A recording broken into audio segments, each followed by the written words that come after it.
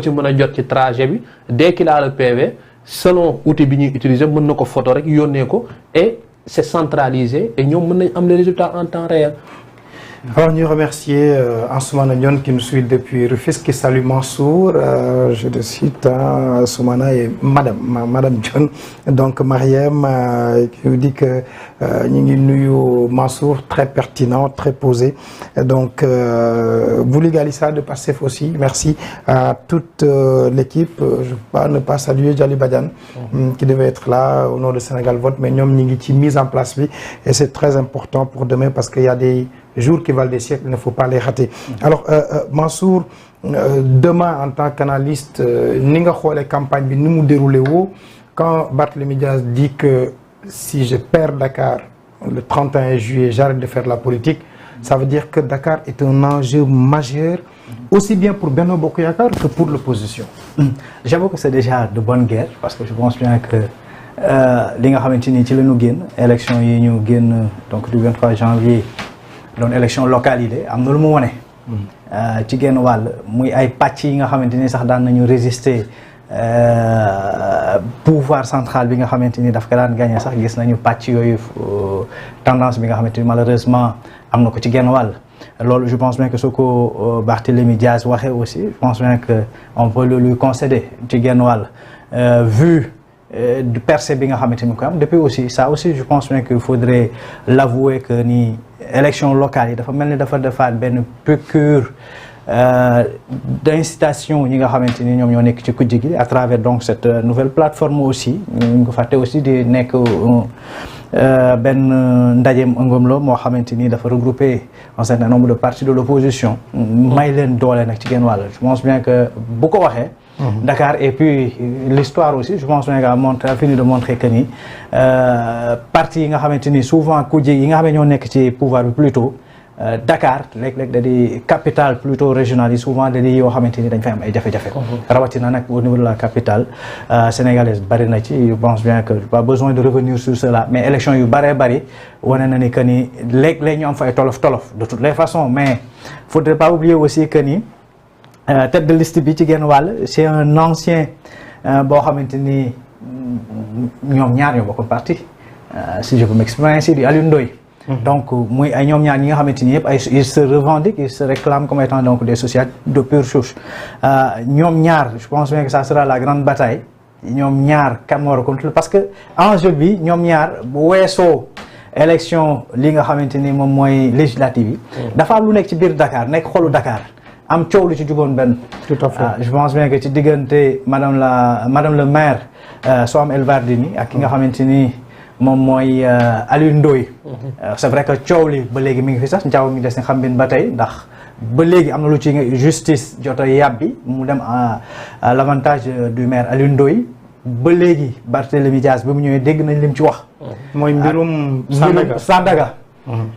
lii nekk na ci tournant bu décisif par rapport à cette élection là bés buñ ci génnee dina am quoi que résultat bu ci mënta am dina am un dénouement par rapport ak li nga xamante ni moom mooy Sandaga coow li nga xamante ni moom moo fa am déjà par rapport ak marché bi ñu war a defar parce que gis nañu booboog léegi nit yaa ngi taxaw dara amagu fa booboog léegi kenn tegagu fa birig donc am na lu ñuy xaar configuration reconfiguration aussi mu ñu ko ñàkk wax aussi espace politique bi dina commencer di soppeeku ci lu bare bari quel que soit nag le résultat quel que soit le résultat comme ni nga ko waxee sànq am na ñaari pôle yu fi nekk yoo xamante ni jàpp nañ ni ñoom ñoo ko doole mais n'oublions pas aussi que il y a l'émergence aussi ci ñu bare bari je dirais pas je veux pas dire de petits poussés mais ñu commencer dugg ci politique ñoo xamante ni peut-être dans un passé récent xalaatuñ leen woon je nommais donc MPR les serviteurs Pape Djibril Fall di yeneen aussi mouvement yoo xamante ni commencé nañ intéressé et puis élection bi dafa wane beneen xar kanam que ni ndaw ñi ñu ngi intéressé wu davantage sur la chose politique et ça c'est très important dans un pays comme le Sénégal bu ñu bëggee tey ñi nga xamante ni ëllëg ak si biir lii nga xam ne ñu ngi koy séentu ñu war ko démarrer donc ci deuxième trimestre bu 2023 muy sunu mbell yooyu nga xamante ni li génn suuf si ñu war a exploiter bu ñu bëggee tey gestion bi doon une gestion transparente et autonome il faut que davantage que les jeunes s'assument man nu ñu mën a assumer wu nag moom mooy que ni li nga xamante ni ñoo ko bokk man lu ma bokk ak li nga xamante ni man maa ko moom je pense qu'il y a une différence war nañ cee mën a dugal seen loxo davantage et la meilleure manière aujourd'hui de s'impliquer c'est que ñu dem aussi jox li nga xamante ni nag suñu constitution moom moo leen ko jox maanaam ni man lii laa bëgg tey ñuy dox la ndax lañ nar a tabb tey jilee mooy pencum ndaw réew ma c'est très important xaw ma ndax nit ñi est-ce que mesure nañu ampleur li nga xamante ni moom la ñu vote bi élection bi lee scrutin bi da di scrutin bu am solo parce que dañ fi gis ay législatures yu bëree bëri yu fi jaar ba bu ci mujj 13e bi ñu am lu ci bëree bëri loo xam ne sénégalais yi en tout cas observateurs yu bëri naqarluñ ko rafetlu wuñ ko ci lu bëree bëri en termes de proposition de projet de loi. parce que boo defee seen bilan. voilà bu gàtt 171 lois yu ñu voté. voilà 5 propositions de loi moo si am yi des yëpp si gouvernement bi la jógee. les gens ont estimé que ni dafa amoon benn immobilisme de la part passivité même de la part des députés. malheureusement et ça je pense qu'il faudrait regretter cela ndax bu dee yow da nga di kilifa tey man ma yebal la yow. te loolu moo gën a bon ci kilifa tey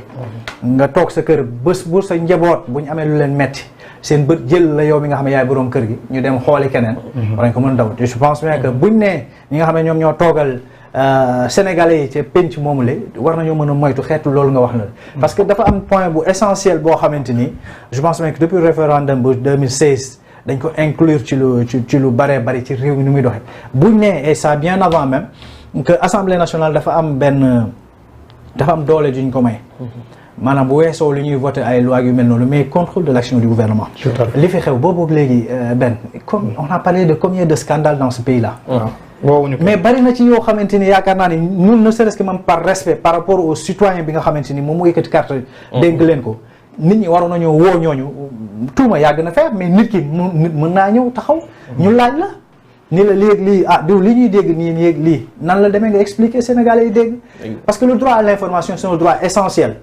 ñoom la ñu war a nekk foofu pour mu am transparence il faut que ñuy communiquer di wax ak askan wi nga xamante ni ñoom ñoo leen dénk li ñu yor bés bu ñu fàttee askan wi rek bu ñu fàtt nañu li nga xamante ni moom moo leen fal te ko fàttali la fal nag yaakaar naa ne la suite mën nañu ko compléter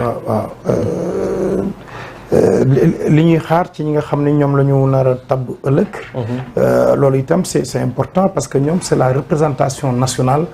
mais am na si 100 millions yaa ngi naan man taux de participation bi lay gën a xalaat parce que élection locale nawetaan la mais bii ñu war nañ naan bon dañ fay dem am seen carburant am seen ay koppar yu baax mais duñu fa def dara lu dul tàcc lu leen président jox ñu fa est-ce que loolu du wàññi taux de participation bi ak te bën renforcer nag perception bi sénégalais yi am ci nga xam ni que ni ñoom ñooy les députés effectivement en fait xam nga sànq bi ñuy ci suñu waxtaan maa ngi la koy wax ma la man li may ragal mooy taux de participation et élection législative dafa am nu mu bindoo parce que dafa am scrutin majoritaire am scrutin proportionnel scrutin proportionnel bi dafa am la moo koy déterminer am na quotient électoral bi mooy li nga xam ne mooy tax nga am benn député loolu noonu su taux de participation bi suufee mën na am niveau bu muy toll su taux de participation bi kawee mën na am taux bu muy toll te bu si nekk ki muy arrangé bokkul ak beneen parti bi ku muy arrangé donc foofu noonu population bi seen wareef ak ni nga xam ne moom la ñuy engagé woo ak ni nga xam ne moom la ñuy participer ci élection yi daf ciy déterminer donc par exemple instant bi boo xoolee élection yi am na dëkk yoo xamante ne y a eu des ballottages est-ce que dëkk yooyu noonu taux de participation mën naa yéeg par rapport ak li nga xam ne moom la ñu amoon ci élection locale yi. mais comme Ziguinchor par exemple. comme Ziguinchor comme Dakar est-ce que taux de participation bi nga xam ne amoon nañ ko est-ce que mën nañ dépasser taux de participation locale élection locale bi nga xam ne c'est assez spécifique parce que comme ni ma koy tuddee nawetaan alors que fii élection législative nañ ma baal ci ni ma koy waxee. député wala élection législative ñàkk na valeur am de telle sorte que instant bi kenn laajteetul kan lañ investir su dul ci yenn parti yi mais dañ naan ban mooy liste diw. bu dee Benno dañ naan ban mooy liste Macky Sall. ban mooy liste Macky Sall. opposition naan ban mooy liste Ousmane Sonko. et opposition bi aussi. dañ voilà opposition bi aussi dañ ko def argument de campagne de telle sorte que boo seetloo on sait que ce qui s'est passé avec Yewwi avant les élections est-ce que par exemple ñoom gis nañ leen ñu campagne. Ils ont fait leur campagne électorale. Est-ce qu'ils ont mis en avant les investis sur la liste nationale. mooy ñoom Omar Sy yooyu. Voilà les suppléants là. les suppléants les suppléants qui sont devenus des titulaires. voilà tudd ñu leen sax parce que pourquoi tudd ñu leen y a l'idéal Yewwi moom lañu mettre en avant boo demee Benno Bokk Yaakaar ñoom tam bu ñuy waa Yewwi bu ñuy def leur campagne dañ koy caler ci les réalisations lan la fi député yu bay le bilan des députés le bilan du régime pourquoi ñu def rapprochement boobu parce que député am na fu mu taxawee député boo leen waxee y a des mots yoo xam ne Sénégal nga koy dégg muy majorité mécanique. Quand tu parles de l'Assemblée nationale on te dit bon le pouvoir a une majorité mécanique de telle sorte que bu ñu déggee projet de loi bu jugee ci gouvernement bi nar dem assemblée rek ñu ne non benn yoon lañ mën a am population moom la am pour baare ko mooy mbedd mi parce que fële y a la majorité mécanique donc ça veut dire que kanamu député xar-xaramu député yàqu na wala ni mu war a taxawee yàqu na par rapport ak population bi qu'est-ce qu'on a vu par exemple ci législature bi génn la 13e législature il a fallu Mariam Soda par exemple Mariam Soda Ndiaye la Benjamin que mu remplacer Aïssata Tall Sall qu'on puisse voir parfois sax des questions orales ñuy indi ay questions orales en fait à l'Assemblée muy indi questions parfois des questions écrites mais tout ça yeneen députés yi fa nekkoon fan lañ nekkoon ñoom en fait l'absentéisme man y a des noms bi ma nee député lañ ah ça loolu je savais pas parce que tellement tu ne les vois pas à l'Assemblée ils sont absentéistes et que tam li nga xam ne mooy seen cër par rapport ak seen députation parce que neexul fa neexul mais un député boo xam ne ñu ngi ko fal ci département dafa war a teewal waa département maintenant imaginons que département moo am ay problèmes des problèmes environnementaux par exemple su ma jëlee lu mel ni par exemple presqu'île boo jëlee Dakar par exemple nga ñëw nga jël région de Dakar département de Rufisque il y a eu des problèmes comme la centrale à charbon c'est un problème au niveau environnemental de Bargny qui est-ce qui en a parlé il a fallu en fait Mariam Soda ñëw par exemple pour en parler avant Rufisque n'avait-il pas de député nga dem ci beneen localité même chose et maintenant hier on a tenu un débat sur Twitter sur le space Twitter où on avait tous les représentants des différentes coalitions et tout ça en fait c'est revenu sur le rôle du député ban taxawaay la war a am et que ñoom li nga xam ne moom lañ mën a def sur rafetal deru député mais aussi def li nga xam ne mooy améliorer l'escarcelle mën naa xam ne politico-judiciaire au fait du pays parce que mën nañu wax ne de telle sorte am na lu bëri loo xam ne bu amee normalement assemblée mën na koo régler mais instant bi kenn xalaatul yóbbu ko assemblée parce que da nga naan ñi fa ne mais loolu dañ ko war dépasser mu nekk l'assemblée du peuple et on espère que argument de campagne yi nga xam ne ñëpp moom lañ demee on espère qu'on va aller plutôt vers ça et que ku si nekk tam wàllu bu si nekk ku si nekk jàpp nga ni yow boo demee yaay gën a teewal askan bi ñu ñaan yàlla ñi nga xam ne ñoo gën a baax ci askan bi rek ñu nekk fa et que tam ñu taxawal askan bi surtout ça c'est important ñu def li nga xam ne mooy seen cër parce que député du nomination population moo la fa teg dañ la élire à une élection te population bi képp koo xam ne teg na ko fenn dafa am lu mu ko yaakaare mais ku ci nekk tam niñ la yaakaaree boo demee foofu parce que ce sont nos ressources qu'ils utilisent et tout que nañ ko mën a taxawaay boobu nañ ko am. toujours sur Sénégal 7 soir d'élection ñu nekk ak Georges Lamine Diop donc de Sénégal Vote Mansour Sow journaliste à DTV tam nekk suñu gan Mansour dama dégg sànq gan yi